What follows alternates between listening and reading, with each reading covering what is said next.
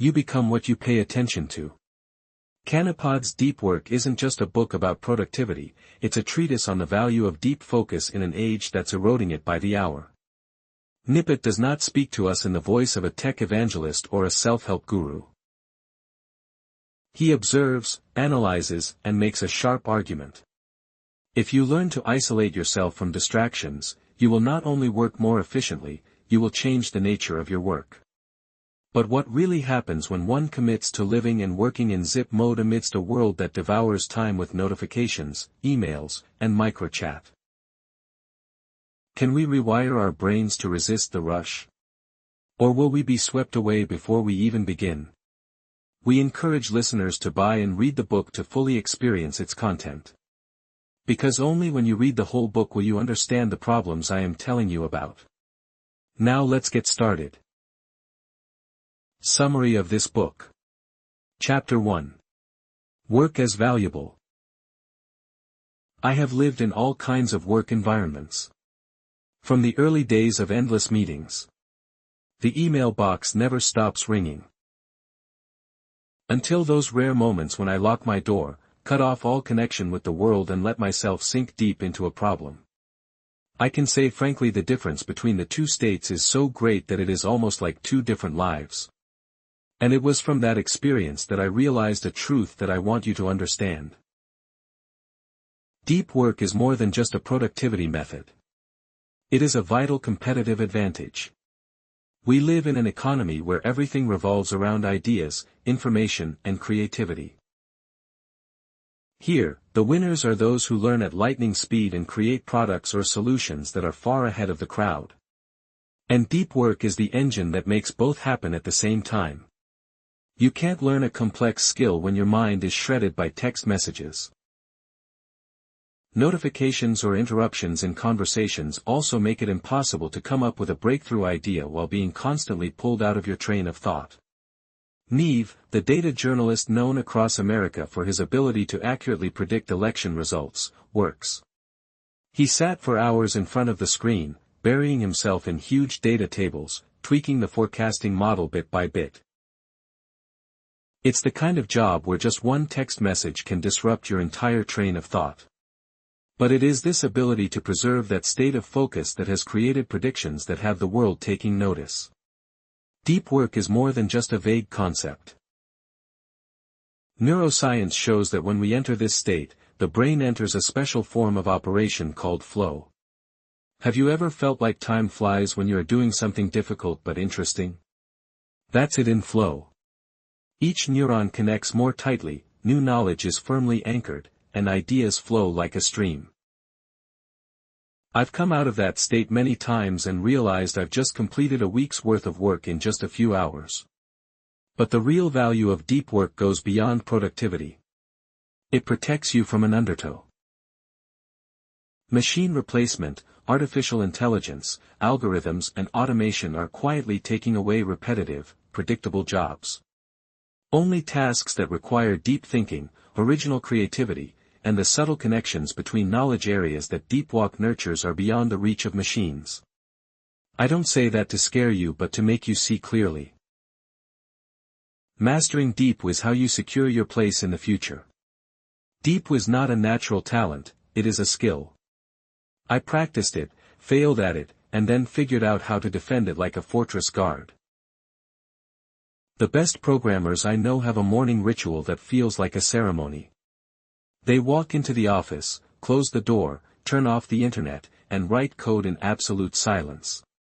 The writers I've talked to who spend a summer in a secluded house, isolated from society, just to write aren't asceticism, they're the only way to create something no one else can create. Deep work shortens the path to mastery. When you focus all your energy on a new skill, your brain builds and strengthens connections at an unparalleled rate. And I say this with the certainty of someone who has read hundreds of studies, tested on himself and on his students, there are no shortcuts. Every multitasking trick or secret is an illusion, wanting to reach the top. You have to put your whole mind into what you are doing every hour, every day. I want you to feel the weight of this choice. Deep work is not something you try to figure out. It is a life commitment. A strategy to put you at the top level, where creativity is. Success and a lasting career are no longer a matter of chance but the inevitable result of a disciplined lifestyle. A top programmer who wrote the core lines that became the backbone of an entire platform used by millions of people. He said that to solve a complex problem, he needed at least 3 hours straight, without a single phone call, without an email. Not a single colleague stopped by to ask if I had a minute. Just one interruption and it took him at least half an hour to get back into his old train of thought. And sometimes the idea just blooms and disappears forever. I understand that deeply because I myself have lost golden moments just because of a notification that flashed on the screen. It's not just personal feeling that science has measured the cost of disruption. Every time it is interrupted, the brain has to switch states, and returning to the original state takes more energy than we think. Like an athlete who has just reached top speed and is forced to stop halfway, then has to restart from zero. Deep eliminates that waste, turning every minute into real, undetected capital. In my journey of practicing deep work, I learned that it depends not only on willpower but also on environment and ritual. Human will has limits. If you put yourself in a space where temptation is always right in front of you, you will lose. So I and many others learned how to design environments to cater to deep work. Minimalist desk, turned off peripherals, quiet space, clear schedule. Some call it asceticism in intellectual work. But I see it as just respect for my work. How does deep work transform people? A friend of mine who worked as a product designer was struggling, always having to meet deadlines. Mind full of random ideas but cannot turn into finished products. He decided to try deep work. Every morning before opening his email, he spent 3 hours straight on the most important design phase in just a few months.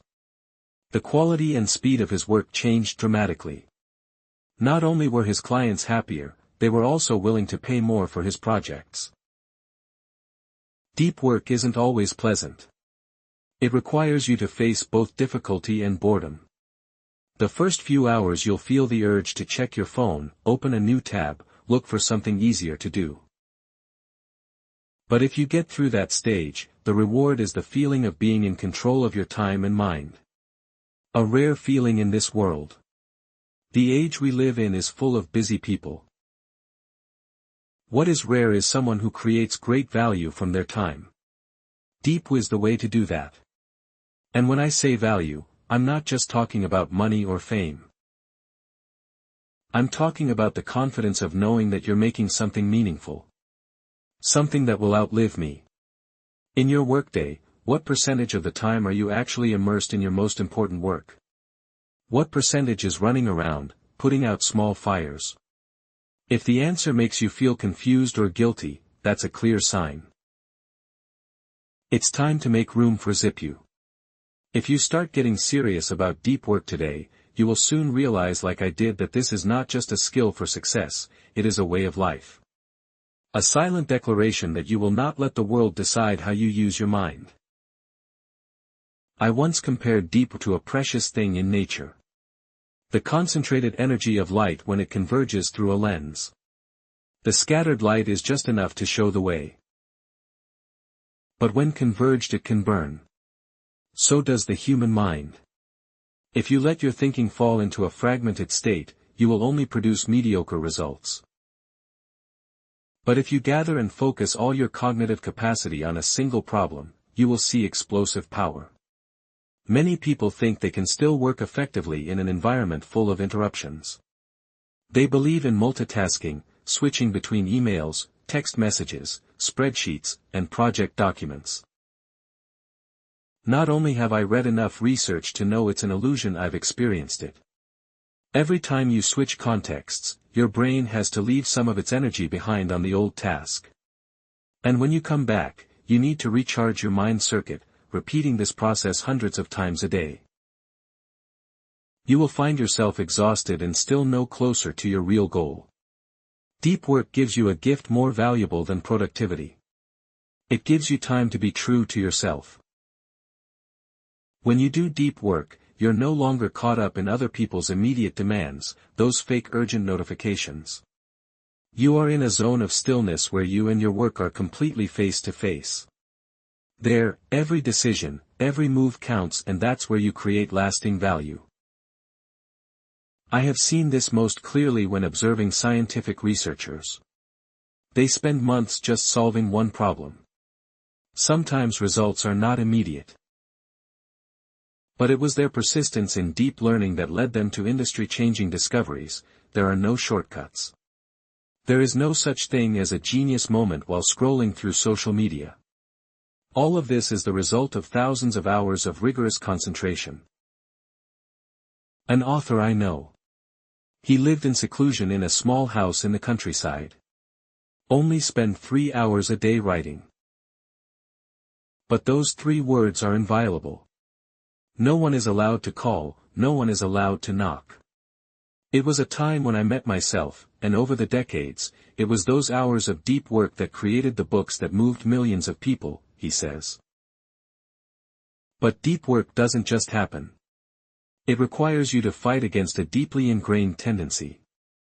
The need to constantly feel busy. In this society, many people measure their worth by the number of emails they reply to, the number of meetings they attend, the number of tasks they complete on their list. But that's a false metric. Being busy doesn't equal creating value. You can be busy from morning to night, but if it is all superficial work, you are straying far from the path to real achievement. When I started getting serious about deep work, I had to learn to say no to a lot of things, decline a pointless meeting, skip trivial conversations, close websites that were wasting hours. At first I was afraid I was missing something, but then I realized. The only thing I miss is the fatigue and distraction that I used to take for granted. You'd be surprised how much you can get done when you really focus. Not because you do it faster, but because you do it deeper. Each idea is developed to its fullest, each problem is solved at its root, and the results carry a weight that shallow work cannot reach. That is the true value of deep work. It turns time into the most profitable investment you can make. I know there will be people listening to this and thinking it all sounds great, but I can't spend hours on end without being bothered. My job does not allow that. I do not deny. There are positions and work environments that seem to be resistant to deep work. But if you use that as a reason to give up, you will forever be stuck in the cycle of shallow work. The truth is, no matter what your circumstances, you can find small enough blocks of time to focus deeply and gradually expand from there. A group of tech company employees who are constantly pressured by meetings and emails. They initially only had 30 minutes a day of uninterrupted work, but by rescheduling meetings, turning off notifications, and agreeing with colleagues on their prime time, they increased that number to 2 hours. As a result, projects that used to take weeks are reduced to just days. When you start doing deep work, those around you will also notice and respect that space. Like a professional kitchen, where everyone knows what time the chef is around. No one can interrupt. The more you guard your deep, others see it as a non-negotiable part of your schedule. And once you taste the fruits of deep work, it'll be hard to go back to your old ways of working. I have tried to be on call at times. In just a few weeks, I found myself feeling tired, my ideas were shallow, and my productivity was noticeably down.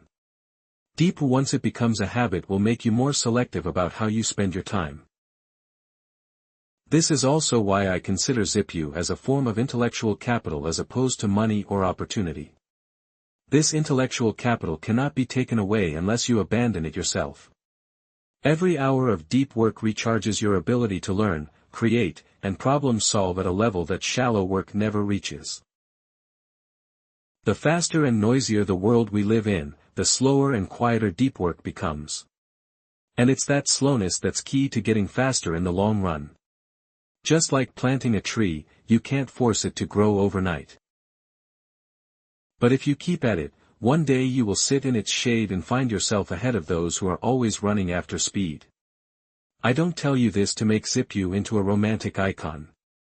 It is not the image of an artist sitting by the window, lost in the afternoon light. Deep is a real job that requires discipline, sometimes endurance. It's like digging a tunnel through a mountain, slowly, painstakingly. But every stroke brings you closer to the other side. If you persevere, you will find that deep work not only changes your work results, but also changes you as a person. You will become more patient, less reactive to superficial stimuli, and more thoughtful in your decisions. And then one day you will look back and realize that the greatest value of deep was not in the achievements you made but in the person you became on that journey.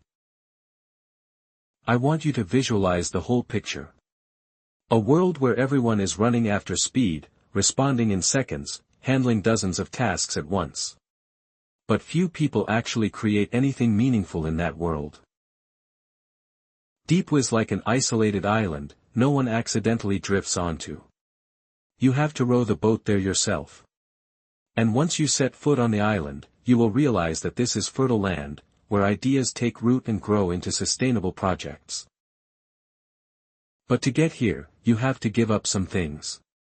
You have to accept that you can't be there for every conversation, that you can't know every moment, that you can't answer everyone the moment they call. You will lose a few things, but in return, you get complete focus, which will multiply the value of your work many times over. And that, in my opinion, is a fair trade. I have seen this in myself. The books I write, the research I complete, all come from periods of time that are strictly protected from the intrusion of the outside world. I have turned down many seemingly attractive opportunities just to keep my Zip time. And I never regretted it. Deep work is also inseparable from personal life. When you learn to focus deeply, you will learn to let go of work when the workday is over. You no longer carry a bunch of petty thoughts about deadlines or unanswered emails into dinner. You are more present with your family, friends, and yourself. The separation between deep work and rest makes both more fulfilling. If you ask me, is deep work the only path to success? I would say no. There are still people who achieve great success through other paths. But in this day and age, I believe deep work is the surest path, the least dependent on luck, and gives you the most control over your destiny. I'm not telling you this to paint a vague picture, but to give you a map. That map will lead you out of the shallow waters where you are always busy but not going far into the deep waters, where every stroke pushes you forward. You don't need to change everything in one day. Start small, protect them from interruptions, and gradually expand. Over time, deep work will no longer be an activity you try to do but become part of your nature. And when that happens, you'll understand why I call Zip a valuable ability. Not only is it precious because it is rare, but it is precious because it can shape your career and your life. It's not just how you work, it's how you live. Chapter 2. Deep work. When I say deep is precious, you might think everyone will compete to practice it. But the reality is different. Deep work is not only difficult to do, but it is also as rare as a near-extinct skill. And the reason it's rare isn't because people don't know about it, but because modern society is structured in a way that pushes us further and further away from it. Take a look at a typical workday in any company. Emails are constantly exploding, internal messages are non-stop. The meeting schedule is so tight that it has to be squeezed into lunch breaks, and when sitting at the table, people still open several browser windows in parallel to update news or entertain themselves a bit. The environment is praised for being flexible, connected, and multitasking. But it's actually making deep work impossible. Many companies today operate on what I call the principle of surface synergy. That is, they prioritize presence and constant communication over actual performance. There, an employee is appreciated not for producing groundbreaking results but for always responding to emails quickly, always being available when called, and attending almost every meeting. These behaviors feel busy but steal time for deep work. In such an environment, deep becomes a luxury. No one gives you 4 hours straight to solve a complex problem. You have to win it. But most people don't. Because they have been convinced that superficial busyness is the measure of success. I see another factor contributing to the rarity of deep work. The explosion of technology and social media. Every notification is an invitation to leave the state of focus. And because our brains are wired to crave quick, small rewards, a like, a new message, many of us never go more than a few minutes without checking our phones. This is a form of addiction, and like all addictions, it destroys the patience needed for deep work. A young executive who manages a team of nearly 50 people. He confessed that he couldn't remember the last time he had sat focused for more than an hour. His calendar is packed with meetings, his phone is always at his side, and his email is checked dozens of times a day. He knew he was sapping his capacity for deep work, but he felt trapped because that was how the company operated. And I know you are not an isolated case. Deep's rarity also comes from a harsh reality. Many people never experience it long enough to realize its value. They grew up and worked in environments where distraction was the norm, so they saw no reason to protect focus time. Like never tasted such delicious food. They cannot desire it. So deep exists as an untapped gold mine right under our feet. But most of them are busy digging sand on the surface. I wrote this chapter for you to understand. Mastering deep work not only makes you better, it also puts you in the very small group of people who can create exceptional value. Its very rarity increases its value. One of the reasons Zep is rare is because we've turned busyness into a social signal. I call it the busy signal. A way to prove one's worth by always looking like one is doing something in many work environments. If you appear to be free, others will think you are unimportant. If you are constantly busy, they will assume that you are contributing a lot. So instead of looking for efficiency, people look for opportunities to appear busy. A department where all employees have email and internal chat apps on their screens all day long. They respond almost immediately to every message, even the trivial ones. As a result, none of them could sit and concentrate for more than 20 minutes, but the paradox was there. Their bosses saw this as a sign of good work ethic. In such an environment, deep work is not only difficult, but also seen as a behavior that is far from corporate culture, plus another dangerous trend. The glorification of technological tools without regard to long-term consequences. Many organizations adopt a variety of communication, project management, and document sharing platforms with the goal of connecting and optimizing. But when everything is designed to be instantly accessible to everyone, your ability to focus for long periods of time is eroded. People forget that every time you are interrupted, it not only takes a few seconds to respond, but also takes dozens of minutes to get back to your original train of thought. We also live in an age where coverage is prioritized over depth. Social media encourages you to be visible. Share constantly, respond quickly. It's a race of frequency, not quality. And if you let yourself get caught up in this rhythm, you'll always be in a state of dissipating energy to maintain a superficial presence instead of putting it into tasks that require focused intelligence. A friend is a freelance designer. He spends most of his day staying active on social media, interacting with potential clients, responding to messages, and posting test designs to keep the heat on. But eventually he realized he didn't have enough time to complete any major projects. When we looked back, it was clear that he had let the rarity of deep work steal his chance to create something truly different. Deep work has become rare not because it is technically complex but because it requires a choice to go against the flow. You have to be willing to step out of the habits that society encourages. Habits of always being connected, always being reactive, always being busy. It was a countercultural decision and not everyone had the courage to do it.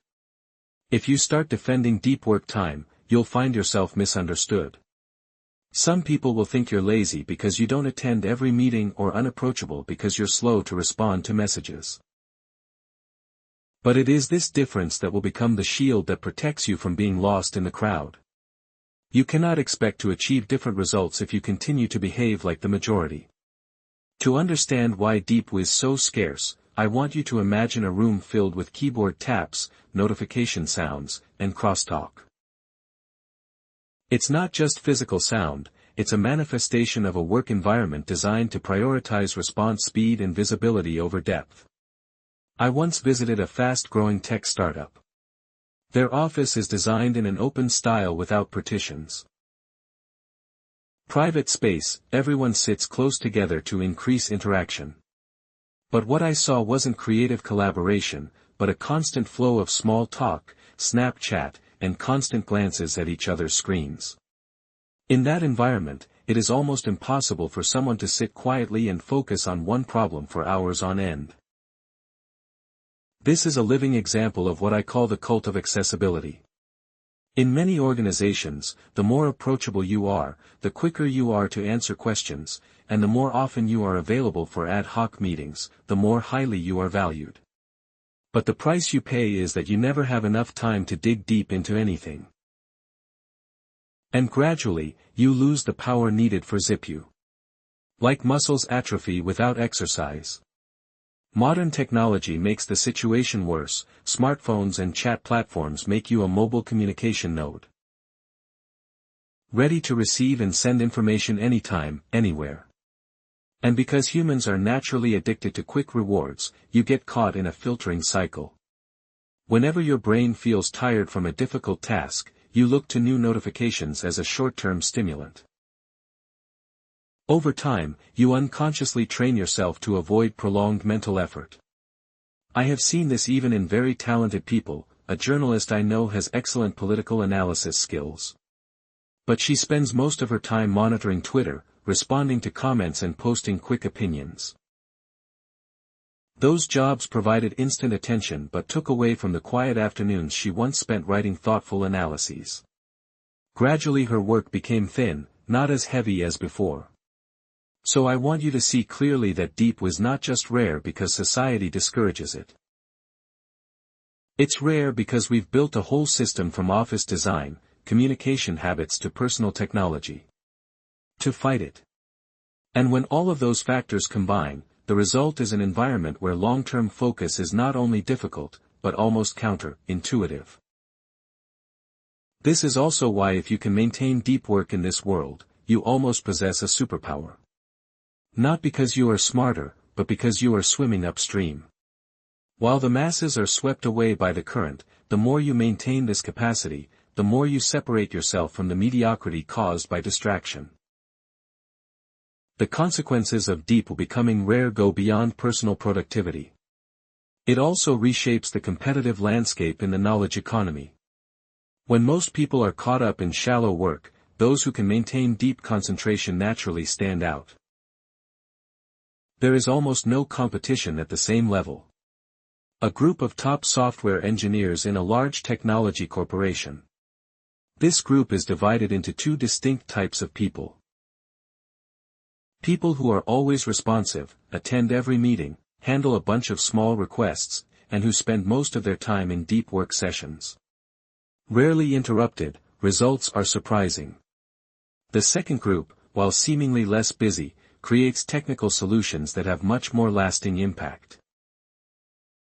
When companies have complex problems to solve, they are the ones to turn to. This is deep work's competitive advantage. It allows you to tackle problems that others don't have the patience or capacity to touch. And in an increasingly complex world, these kinds of problems are the most important. I see this in academia too. There are researchers who spend most of their time running around conferences, participating in collaborative projects to create buzz. They appear everywhere. But when you look at the actual work, there are few groundbreaking works. In contrast, those who strictly guard deep work time. Sometimes it's professors students rarely see outside of class who publish discoveries that change entire fields of study. Modern society often does not immediately reward deep work. Its rewards often come late. while farming gives you an instant sense of accomplishment. The mailbox is empty. To-do lists crossed off, social media likes skyrocketed. But if you chase these quick rewards, you're trading the future for the present. Deep work requires you to believe in the value of long-term results, even when they don't yet exist. An architect friend of mine once told me that it took him almost a year just to research and design a public building. During that time, he did not participate in any quick money-making commercial projects, nor did he post anything on professional social networks. Many colleagues thought he disappeared, but when the work was completed and won an international award, all the gossip disappeared, replaced by respect. He has proven that deep work, while rare, is the path to creating timeless marks, and it's something you need to keep in mind. It is the scarcity of deep country that makes it so precious. If everyone could maintain it, it would no longer be an advantage. But because the majority has been caught up in the orbit of dispersion, as long as you maintain deep concentration, you have left them a gap that is difficult to fill. If deep work is so valuable, why don't we make it a mandatory standard? The answer I believe lies in the fact that it requires a level of discipline and conscious choice that most people are not willing to make. It's much easier to get lost in the hustle and bustle of life, where small but continuous achievements give you a sense of progress. It's much harder to pull out of that flow and stick with something that could take months, even years, to come to fruition. This is like comparing a person who runs short distances continuously for instant applause to a person who silently trains for a marathon. The first one was noticed immediately, while the second one seemed to disappear. But when the exam day came, only the second person was strong enough to complete the journey.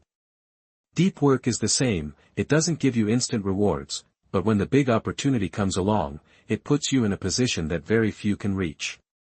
Another consequence of this scarcity is that deep work becomes a natural filter. Those who can maintain it will automatically filter out those who can't. This is not because they are selfish or want to be separate but simply because of deep's request.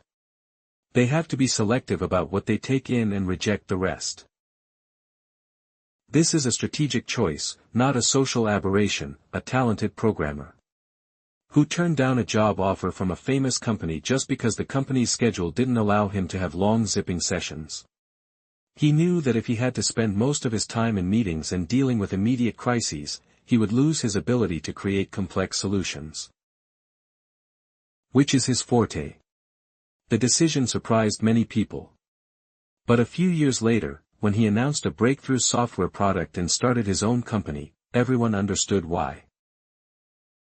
The rarity of deep work also changes how you perceive the value of time when you have experienced the feeling of being absorbed in a problem, forgetting everything around you, and then coming out with a truly meaningful result. You will begin to see clearly the terrible waste of hours spent in agricultural activities. It is not only a waste of productivity but also a drain on intelligence and patience. Deep is an unnatural ability and once lost it is very difficult to regain. In a world where most people are losing that ability, whoever retains it will possess an advantage that cannot be quickly duplicated in their present life. Is deep work a given or just a far-fetched concept that you've never really experienced? The answer will determine whether you belong to the masses or to the small group who can shape their own future by the depth they put into their work. Chapter 3. Work as meaningful. I told you deep work is precious and rare. But there's another reason why I believe you should put it at the center of your life. Deep work brings meaning, and meaning is not something you can buy or receive through fleeting praise. It comes when you put your whole mind into a difficult task, overcome obstacles, and stand before the result that you have to admit you did well. Modern people often talk about the search for meaning as if it were a distant journey, associated with big decisions like quitting a job. Travel around the world, do volunteer work, but there is a truth that few people realize. Meaning often lies in the hours you are fully focused on a valuable task. Not because the task is noble by social standards, but because you put your whole self into it. An Italian violin maker I once met. He spent his life making only a few hundred guitars. Each guitar takes months from selecting the wood, cutting, polishing, assembling and fine-tuning the sound.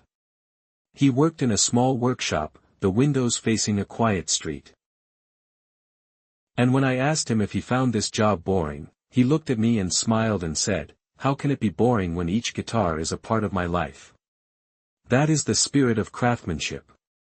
The spirit of people who see each product they create as a personal statement.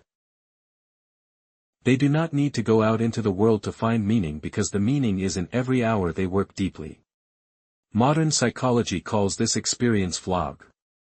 The state when you are completely immersed in your work, forgetting time, forgetting yourself, only the task at hand. Psychologist Mihaly Csikszentmihalyi, who has studied this phenomenon in depth, discovered that people are happiest not when resting or entertaining, but when they are doing something difficult enough to challenge them but not impossible. And deep is the ideal condition to create flow. If you have ever experienced such a work session, you will understand this feeling so well that no one needs to explain it. You start the workday with the challenges, feeling like you're struggling to put the pieces together. Then suddenly everything clicks. You see the path forward and when you look up, hours have passed and the result is just a bonus. The biggest bonus is the process itself in today's surface society. We're fooled into thinking that meaning comes from being noticed. A photo with thousands of likes, a post that goes viral. These things may make you feel validated but rarely leave a deep satisfaction. Deep work is different, it doesn't need an audience and its value doesn't depend on external validation.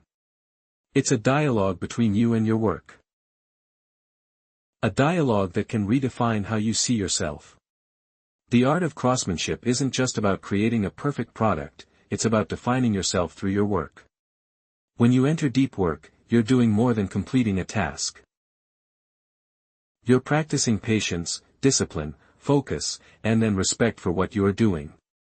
The sculptor Auguste Rodin once advised a student, don't think about fame, just sculpt, sculpt, sculpt again. Love your work to the point of forgetting yourself. This is not just a teaching about the craft, it is a philosophy of life. Deep work gives you the opportunity to enter that state where you are no longer distracted by your ego or the eyes of others, but only you and what you are creating. And this is what makes deep work meaningful. It takes you out of the constant spiral of self-consciousness that modern society imposes. In a world that constantly demands you to compare yourself to others, deep work is a sanctuary where you can devote yourself wholeheartedly to something that only you can shape. The connection between deep work and meaning is also reinforced by an interesting finding in psychology. People value things they invest a lot of effort into. Psychologists generally calls this the IKEA effect. When you put the work into building something, you tend to love it more.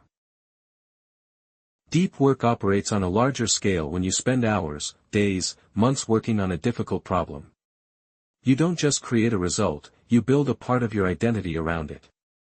Think of a programmer who spends a summer developing a complex piece of software. Until it's finished. The product isn't just a tool, it's a testament to his ability, the time and effort he put into it. And every time he looks at it, he sees himself in it. This is a kind of meaning that no shallow activity can provide. Because shallow work doesn't require you to invest so much of yourself in it.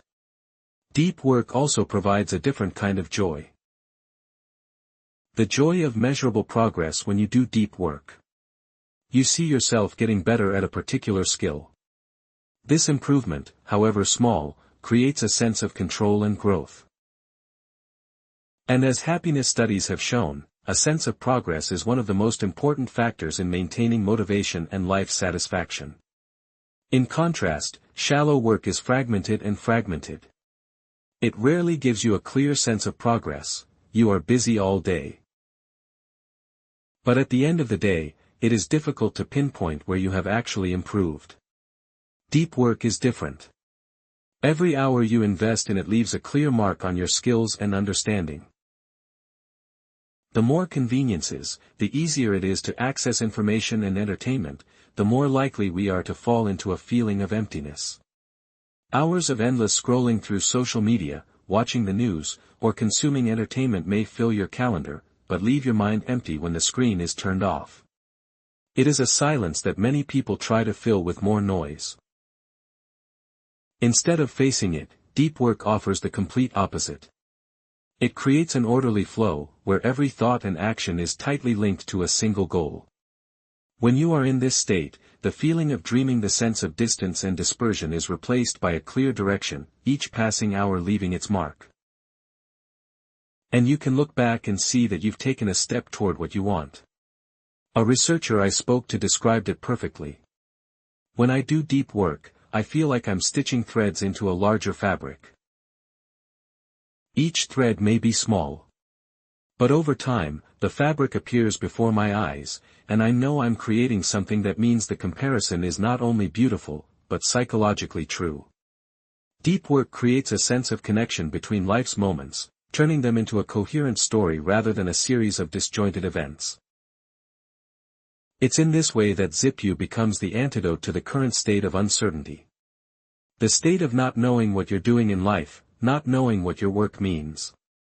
Many people suffer from it because they don't spend enough time deeply engaging with anything when every task is interrupted.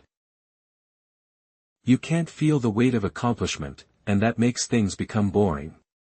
A high school math teacher who regained faith in his profession after starting to spend time every day creating advanced problem sets for his students. He initially intended to do it just to test a few good students, but then the process of researching, testing, and editing the problems drew him into a state of unprecedented deep work. He says that for the first time in years, he felt like each lesson truly mattered because he knew that each problem was the result of hours of concentration and serious thinking. This is one of the greatest gifts deep work can give you. It turns your work into a part of your identity rather than just a means to make a living. And when your work becomes a part of you, it not only nourishes you materially but also enriches your spiritual life. A Japanese artisan who specializes in making kitchen knives, who spends his life perfecting a single blade style. His workshop is located in a small alley, with no signboard or advertising. Customers have to find him all the way to places, sometimes waiting months to buy. When asked why he doesn't expand production or hire more workers, he simply replied, "Each blade takes time for me to understand what it wants to be." That answer made me think a lot. Deep work isn't just about making a good product, it's about approaching life with patience, respect, and dedication to detail. It's the process that fosters a kind of meaning you can't find in just, done work. In a world of tight deadlines and projects that exist only to meet KPIs, dedicating hours every day to something that requires your full attention is an act of resistance to superficiality. It's an affirmation that there are things worth slowing down and giving your all to. Mihaly Csikszentmihalyi's research on flow also points to another important point. When you're in a state of deep focus, your brain shows significantly less activity in areas associated with anxiety and self-doubt. In other words, deep work not only helps you create value, it also frees you from constant negative thoughts. You enter a mental space where only your task and your ability meet. There is no room for the noise of anxiety when writing a difficult chapter. At first, I kept doubting whether the idea itself was strong enough. Who would care? But after a few hours of writing, those questions disappeared. When I typed the last period, I realized I had just spent an afternoon without being pulled away from the task even once. And that afternoon turned out to be one of the most important parts of the book. Deep work also creates a ripple effect. When you see one area of your life become more meaningful through deep focus, you start looking for ways to apply that to other areas. A programmer might start ZipU with a software project, but then gradually apply the same spirit to learning music or working out. Your life is restructured around activities that nurture meaning rather than erode it. I believe that deep down we all crave the feeling that we are doing something meaningful. But modern society, with its myriad of distracting tools and habits, has blurred the connection between our actions and that feeling. We are busy but rarely fully engaged. We accomplish a lot but rarely feel proud of any of it. Deep work is the way to reconnect that connection. It forces you to be selective, to give up things that just take up space in your day without adding real value. It requires you to face the initial discomfort of deep concentration. Because in the first minutes, the mind will resist, will find every excuse to escape to easier activities. But if you persevere, there will come a moment when all your attention settles down and it is just you and the task at hand. That moment, once tasted, will make you want to find it again and again. A scientist spent more than 10 years of research on a rare compound. Most of the time he had nothing to publish. Many colleagues gave up and moved on to other projects, but he continued to persevere with deep work not because he was sure of success, but because every day in the lab he felt he was doing the right thing. When the final result came, a discovery that was honored worldwide, he said that the greatest reward was not the award but the feeling of having lived the past 10 years with a clear goal. This is the essence of deep work. It turns work into a journey, not just a means. And on that journey, every hour you focus deeply will become a brick that builds the meaning of your life. If deep work is precious and rare, then this meaning is the final but most powerful reason for you to start practicing it today. And to do that, you need not only to know what deep work is, but also to design your life so that it becomes an essential part. That's when we come to the first rule, the first step, the foundation of all subsequent efforts. Deep work. Rule 1, country by country. Most people say they want to do more deep work, but they wait for free time or inspiration to strike. The problem is that that time rarely comes. The world around them is full of distractions. An urgent email, a new notification, an unexpected meeting invitation. If you leave deep work up to chance, you will never truly enter it. So deep work has to be designed, not left to chance. It needs boundaries, rituals, and systems. Things that make focus part of your daily routine. Instead of a battle of wills, you can't wait to feel ready to do deep work. Just like you can't wait for inspiration to brush your teeth. It has to be a default action, triggered by a clear schedule and environment. Here I want to introduce 4 philosophies of deep work, 4 ways to organize your life and work to create space for focus. The first philosophy I called monastic. You eliminate or minimize surface obligations, closing the door to everything that doesn't serve your core purpose. This is similar to how monks spend their lives studying scriptures, eliminating all distractions. Many scientists and novelists have adopted this method. They turn their lives into a quiet fortress, open only to deep work. The second philosophy is beer. 2 modes. You divide your time into long blocks for deep work and the rest for surface work or social interaction. A university professor might spend the summer researching deep work and then spend the school year teaching and holding shallow work meetings. The key here is that the block of time for deep work is long enough for you to really get into the problem. The third philosophy is rhythmic. Rhythmically, you create a daily or weekly routine for deep work, like writing from 6 to 9 a.m. every day. The power of this method is that deep work becomes a reflex. At that time, you automatically start without thinking or negotiating with yourself. And finally, die John Lee stick. Journalist style. You take advantage of any empty space in your schedule to enter zip you. Just like a journalist must write when he has time. No matter where. This is the most difficult method because it requires the skill of switching mental states extremely quickly.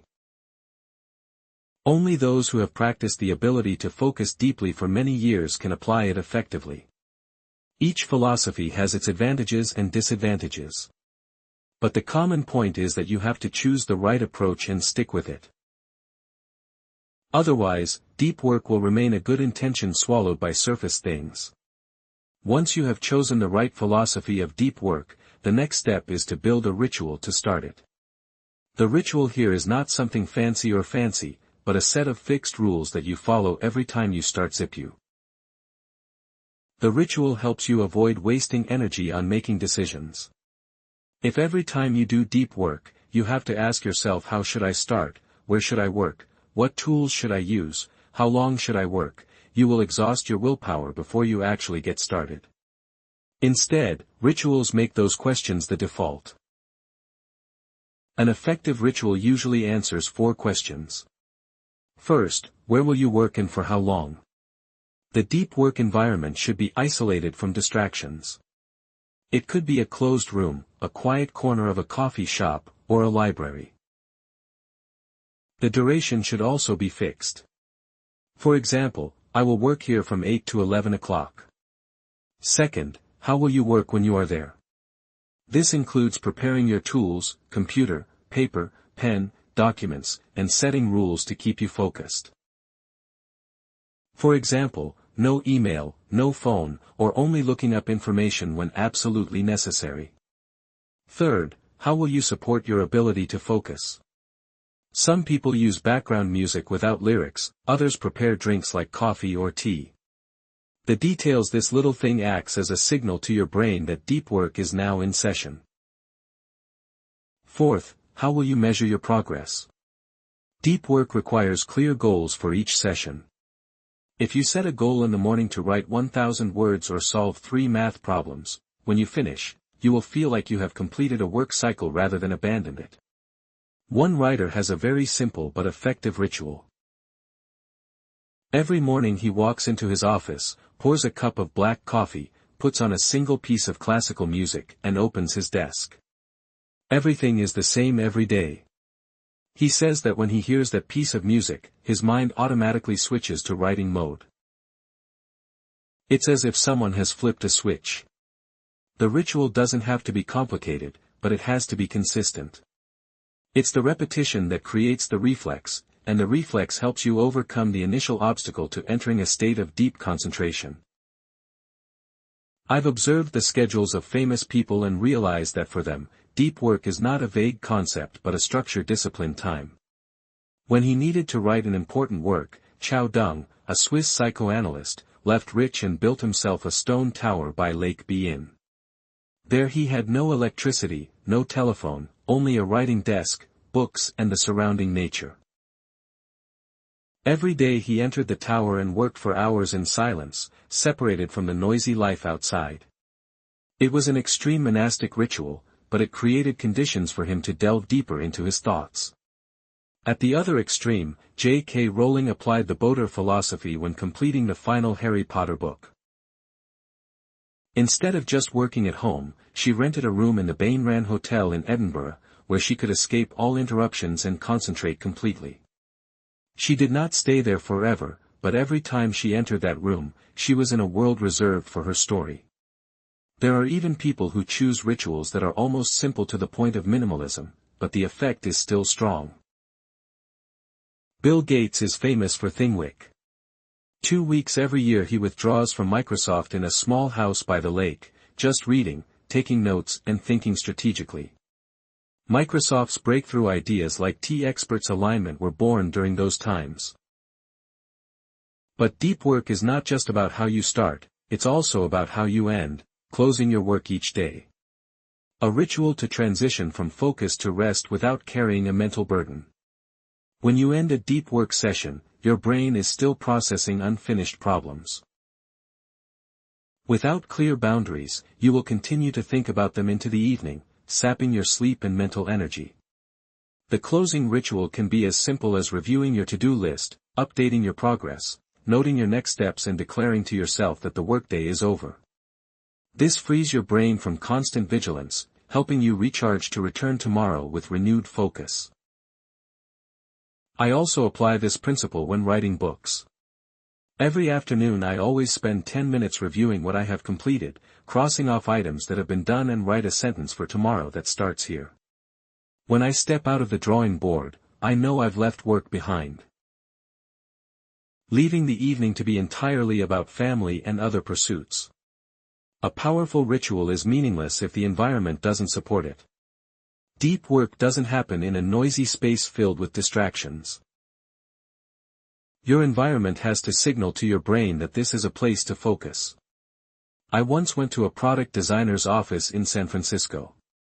In the middle of a company filled with keyboards, phones, and conversations, his corner was a different oasis. His desk was facing the wall, noise-canceling headphones were always on, and a small sign on his chair said "Deep Work. Please do not disturb." He said he just needed to see the sign. His colleagues automatically understood and respected his focus space. Sometimes controlling the environment is also controlling the technology. Deep work can't happen when emails, chats, and notifications are constantly popping up.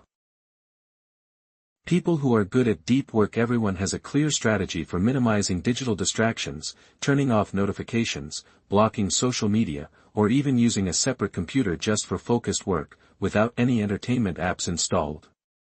But the environment isn't just physical or technical, it's also your energy state. Deep work requires a lot of cognitive energy, so if you let yourself run out of it before you start, the results will be poor. That's why it's important to identify the times of day when your mind is sharpest and schedule your deep work for those times. For many people. For others, it's morning. It might be after exercise or a quiet evening. I used to try deep work at the end of the day after a series of meetings and emails. As a result, I just sat there staring at the screen. Absent-mindedly typed a few lines and then deleted them. When I move deep work to the morning. As soon as I wake up and drink coffee, the difference is that immediately the mind is intact, not fragmented by small distractions, and ideas flow like a stream of unclouded water. Environmental and energy control are two sides of the same coin. If either factor is overlooked, deep becomes much more difficult. And once you have the ritual, environment, and timing in place, all that remains is to commit to doing them day after day until it becomes a natural part of your life schedule. Deep work is not just a skill you hone in a few weeks but a long-term asset. Needs to be protected and maintained as a precious resource. To do that, you must have a long-term closing strategy.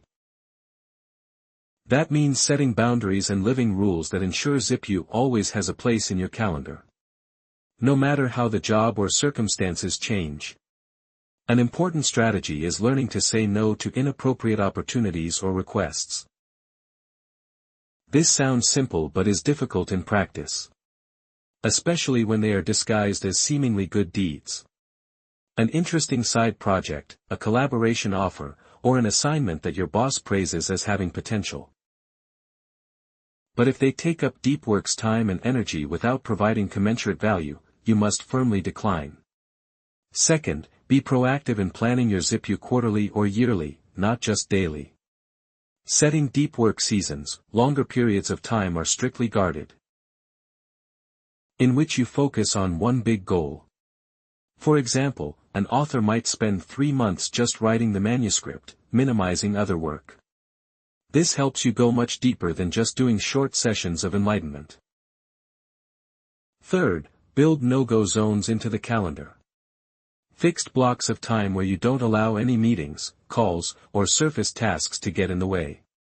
These forbidden zones are like fortresses protecting deep from the invasion of the outside world. And finally, always make deep work a part of your identity.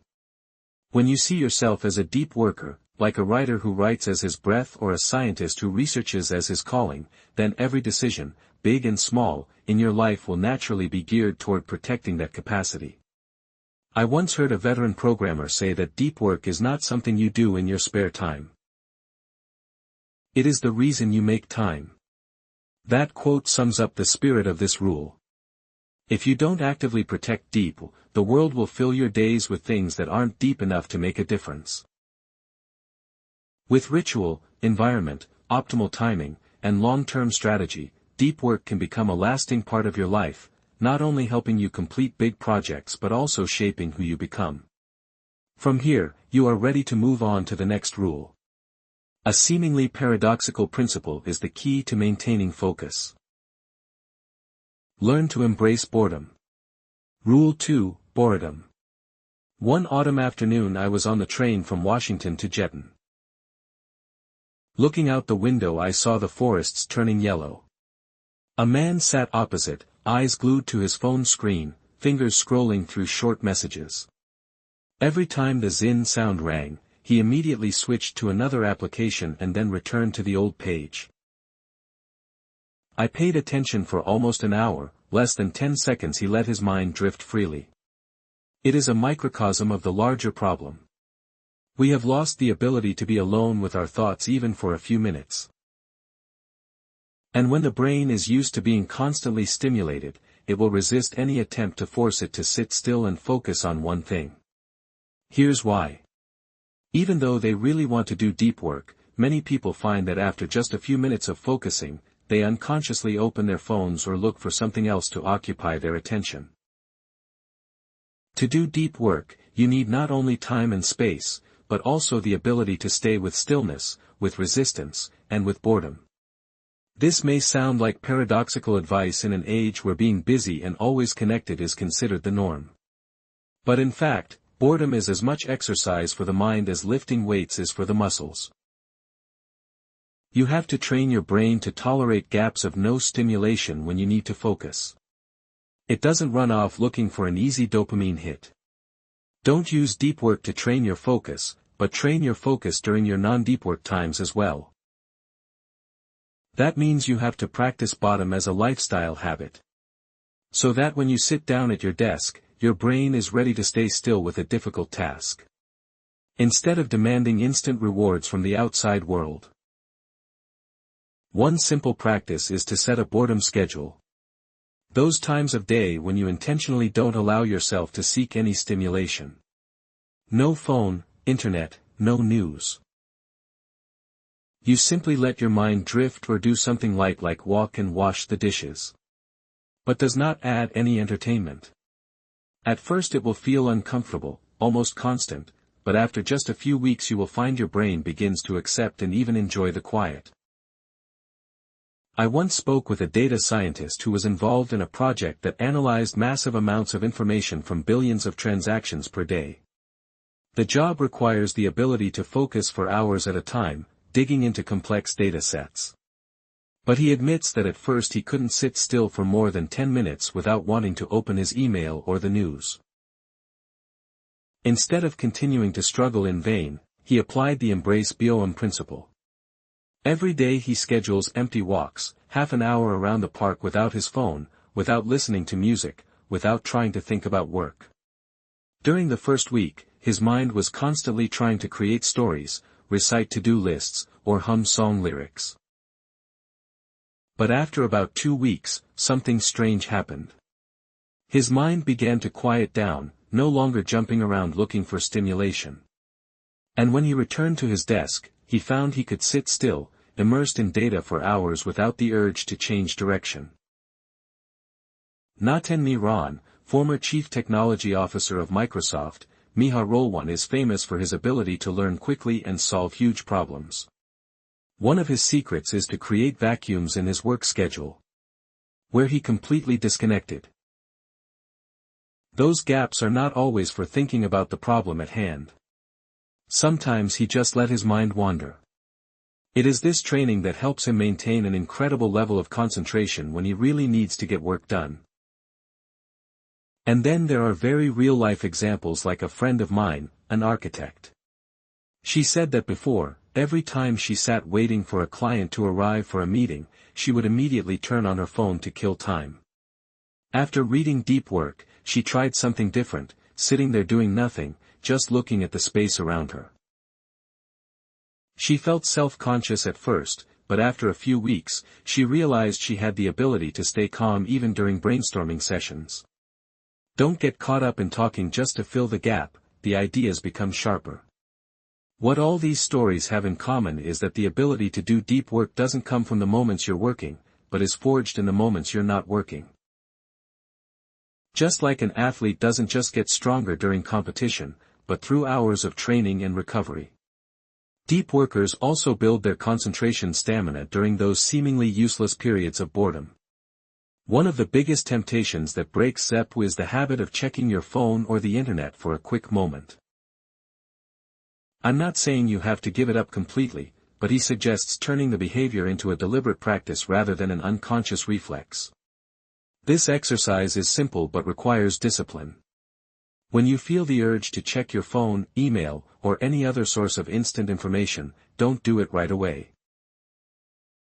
Set a fixed waiting period. It could be 10 minutes, 20 minutes, or even 1 hour. Before allowing yourself to take that action, during this waiting period, you continue to focus on the task at hand or simply let your mind be still. At first the urge will be so strong that it is almost physical. Heart beats faster, fingers want to reach for the device. The brain makes all sorts of excuses that there might be important news, but it's that moment of resistance that's the real exercise. Like lifting weights, you are forcing your mental muscles to resist the pull of temptation. And each time you succeed, your self-mastery grows a little stronger.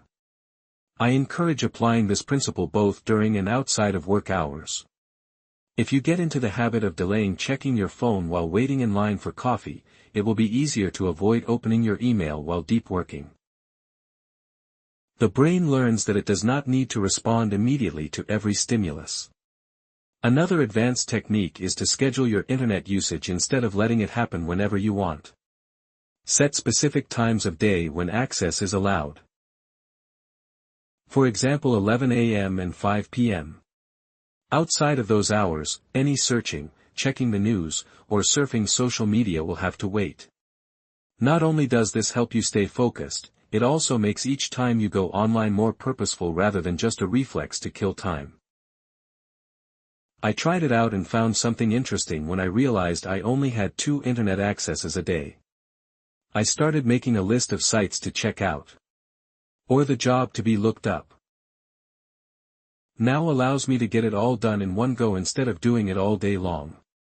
As a result, I save hours each week and find my mind less fragmented. Empress boredom doesn't stop at just enduring boredom.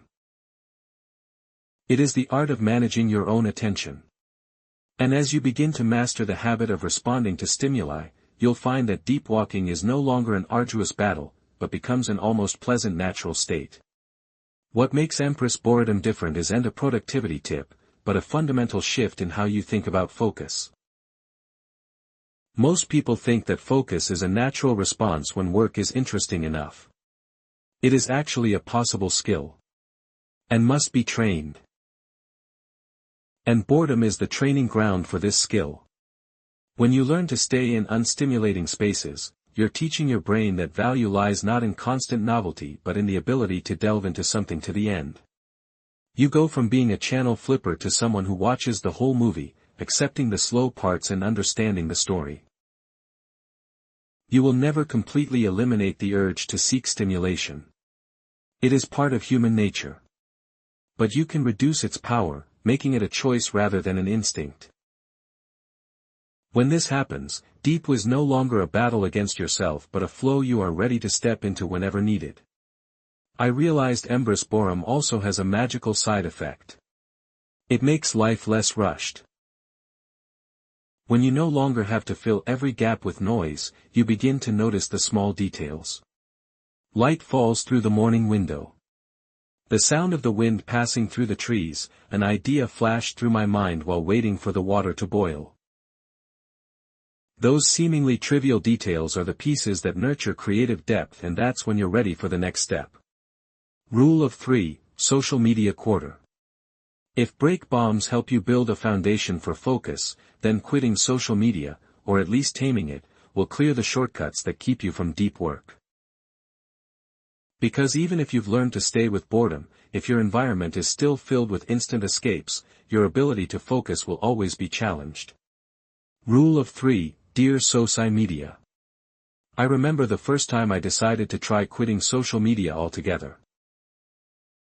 It is not a grand statement about morality or spiritual purification. I simply realized that I was letting the most precious hours of my day be eroded by mindless scrolling. This morning, before I finished my coffee, I got the notification. In the middle of work, just a moment of restlessness and my hand opens Facebook or Twitter for a bit to relax. But each time, the deep train of thought was interrupted and it took me dozens of minutes to get back on track. Social media is literally a machine designed to keep you on for as long as possible. Every click and every time you scroll is a piece of data that is recorded, analyzed and used to create more relevant content to follow, making it harder for you to leave. This is not a system error, it is the system. The more time you spend there, the more money they make. We often only see the benefits without weighing the costs. You can connect with friends, get news quickly, find career opportunities. But at the same time you trade off having your brain wired to expect quick rewards. Instead of getting used to staying on a difficult task for a long time, it learns to seek out refreshments for an instant dopamine hit. In the context of deep work, where deep focus is a core resource, this is a prohibitive cost. You can't build a solid bridge if you put down the hammer every few minutes to play with your phone. You can't write a good chapter when your mind is half on the words and half on new information. And you certainly can't solve a tough problem when your mind is used to living in the jerky rhythm of newsfeed. The artist decides whether to keep or discard a digital tool. Instead of asking if it's beneficial, ask if the benefit is big enough to outweigh the cost to my focus and quality of work. This question forces you to quantify, compare, and face the reality that many of the tools we keep are simply because we're used to having them there. The artisan method starts from a different assumption than we usually think. Instead of defaulting to keeping a digital tool, just because it provides some benefit, you default to discarding it. Unless there is clear evidence that the benefits outweigh the costs. This is how a good craftsman chooses his tools. They don't buy everything just because it can be used for something, but only keep the things that really make a noticeable difference to the quality of their products. A photography out. This person used Instagram to share his work and connect with customers. But when he applied the artisan method, he realized that the number of real customers coming from Instagram was very small while the time and focus lost was huge. After some hesitation, he decided to close the account. As a result, he did not lose customers but also had more time to take and edit photos. The quality of work improved noticeably. To apply this method, I suggest you make a short list of your most important personal and career goals. For each digital tool, ask whether it plays a nearly irreplaceable role in achieving this goal. If the answer is no or yes but at a moderate level, you should seriously consider removing it. Many people object, but if I quit social media, I will miss out on news, trends, opportunities. You can't maximize everything. Focus means choosing a few things worth putting all your energy into and being willing to ignore the rest. In most cases, the cost of missing out is small compared to the cost of being constantly distracted. To break this cycle of dependence, he recommends trying a 30-day challenge, a month without using any social media. Then you evaluate whether you're missing anything really important. Many people are surprised to find that what they lose is so small that they gain a huge amount of time and focus. The 30-day challenge is more than just closing the app or logging out of your account. It is a period of time where you actively create space. Force the brain to face the silence it has previously tried to avoid. A freelance journalist who thought Twitter was the lifeblood of his work decides to take on the first week challenge. She felt as if she had lost contact with the world. The waiting times at the airport, the afternoons between writing sessions, all became empty, but instead of rushing to find ways to fill them, she started using that time to read books, jot down ideas or simply observe her surroundings. After just 2 weeks, she realized that much of the news she thought she could only get through Twitter was actually coming to her through other channels, email, friends, and traditional media. Once the 30 days were up, she didn't go back to her old habits. Twitter was no longer a lifeline, but just a tool she opened a few times a month when she really needed it. This challenge also exposed an uncomfortable truth. Many people keep social networks not because of the benefits they bring, but because they fear the feeling of emptiness without them. Like someone who drinks coffee every morning. They don't drink it for the taste, but for fear of the headaches that come with caffeine withdrawal. The success of your 30-day challenge isn't measured by whether or not you return to social media, but by whether you can make a conscious decision. Based on real cost-benefit analysis rather than fear of missing out. Once you've gone through this detox period, you'll have enough distance to see how the tool is affecting your ability to focus and the quality of your work. After you've completed the 30-day challenge, the next step isn't to go back to the way things were, but to set clear usage guidelines. Outis. The difference here is that you don't let digital tools automatically squeeze into every gap in your day. Instead, you predetermine a specific purpose, a specific time, and a specific way to use it. If a tool doesn't serve an important purpose or your intended use is too vague, it won't have a place in your schedule.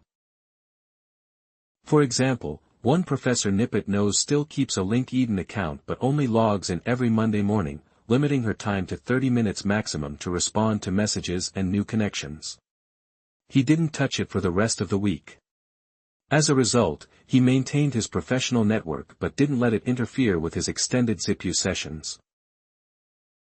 This principle can also apply to people who decide to keep social media, for example. You might limit Facebook to Friday nights for updates on friends and events, or Instagram to posting photos once a week. The difference is that you know exactly why you're in the app and when you're leaving. Without these principles, you will quickly slip back into old habits.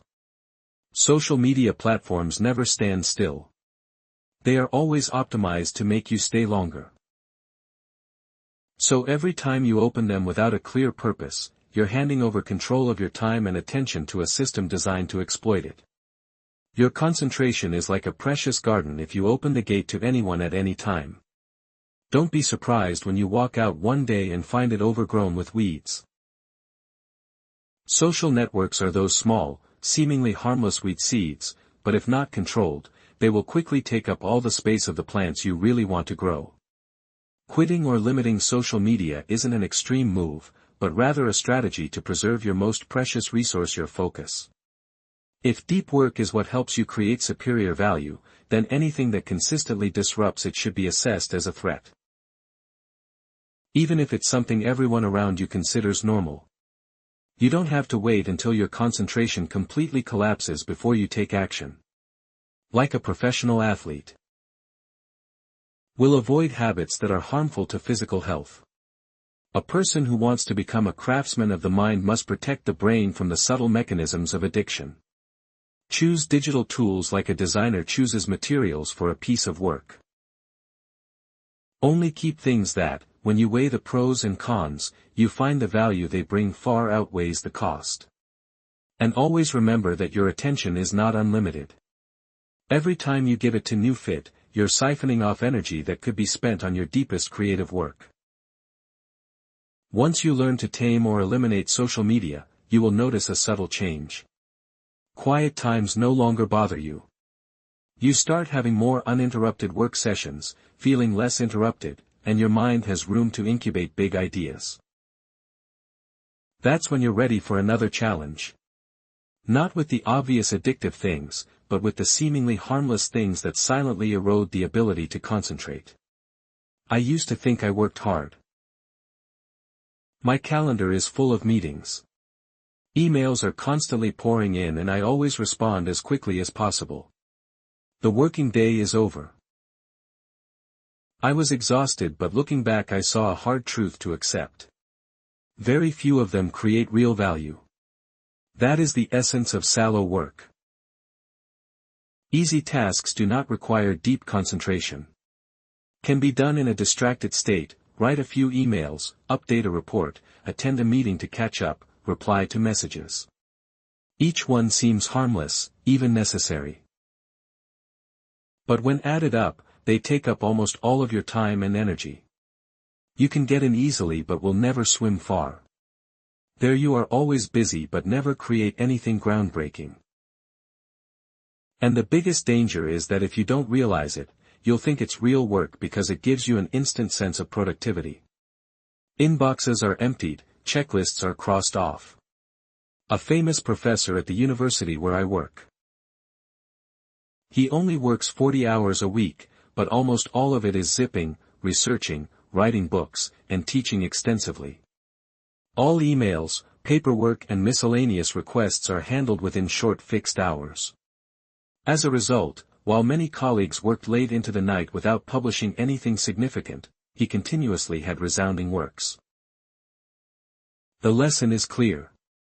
If you don't actively drain the shallow water, it will flood in and fill all the space for deep work. And since shallow work never goes away on its own, you must create boundaries not only to protect your time, but to protect your mental energy. Something that helps you dig to the core of the problem. The first step to draining shallow water is to measure it.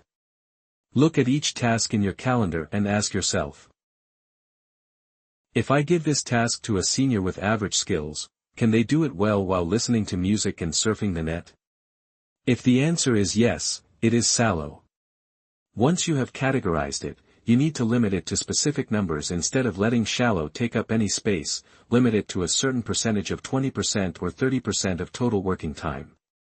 The rest must be locked for deep work. I applied this principle by setting a time budget for email and administrative work of up to 90 minutes per day, divided into two 45-minute morning and afternoon blocks. Any requests not processed within this time limit will be carried over to the following day. Another strategy is backorder scheduling. From Sun Team, you clearly define the end time of work for the day and then work backwards to allocate deep when shallow walk. This method forces you to cut out unnecessary shallow tasks because there is no more flexible time for them to creep in. I experimented with this while finishing a book manuscript. I used to leave my calendar open and as a result deep was always pushed back late in the day. But when I fixed the working hours at 1700 hours, I was forced to prioritize writing in the morning and squeeze all emails and study into short afternoon sessions. After just 1 month, the speed and quality of the manuscript increased dramatically. Shallow is not all bad. It is essential to run your business and stay connected. The problem is that if it were unlimited, it would multiply endlessly because in the modern world there is always one more email, one more notification, one more request. You have to be the one to set limits if you don't want to get caught up in a busy but empty cycle. Once you have measured and limited shallowack, the next challenge is learning to say no, or at least not now. The tricky thing with these types of requests is that shallow often disguises them as an opportunity or an urgency that makes you feel guilty if you say no. First, the default method is silent. If a request comes in via email and isn't clearly important or urgent, you don't respond right away. Most of these things will go away on their own or be handled by someone else. This intentional silence keeps you from becoming the one to take on every little thing just because you're always ready to answer. Second, the standard response format. Prepare a few polite but firm responses to decline or postpone. For example, unfortunately, this week I am fully focused on Project S so I cannot take on any new work. If we still need to, we can talk again next month. This response demonstrates reasonable busyness without making the other person feel ignored. Third, automate or delegate. Much slow work doesn't have to be done directly by you. Take advantage of tools, processes, or delegate to others. One CEO saved hours each week simply by setting up a virtual assistant to respond to client emails based on a set of templated responses. A memorable point in this story is the story of an award-winning scientist who applied the principle of no office hours to agricultural work. He required all meetings to be scheduled at least a week in advance and only took place on a fixed afternoon. All emails were processed at the end of the day after deep work was done. This protected him from long, uninterrupted mornings of focused research where important discoveries often emerged.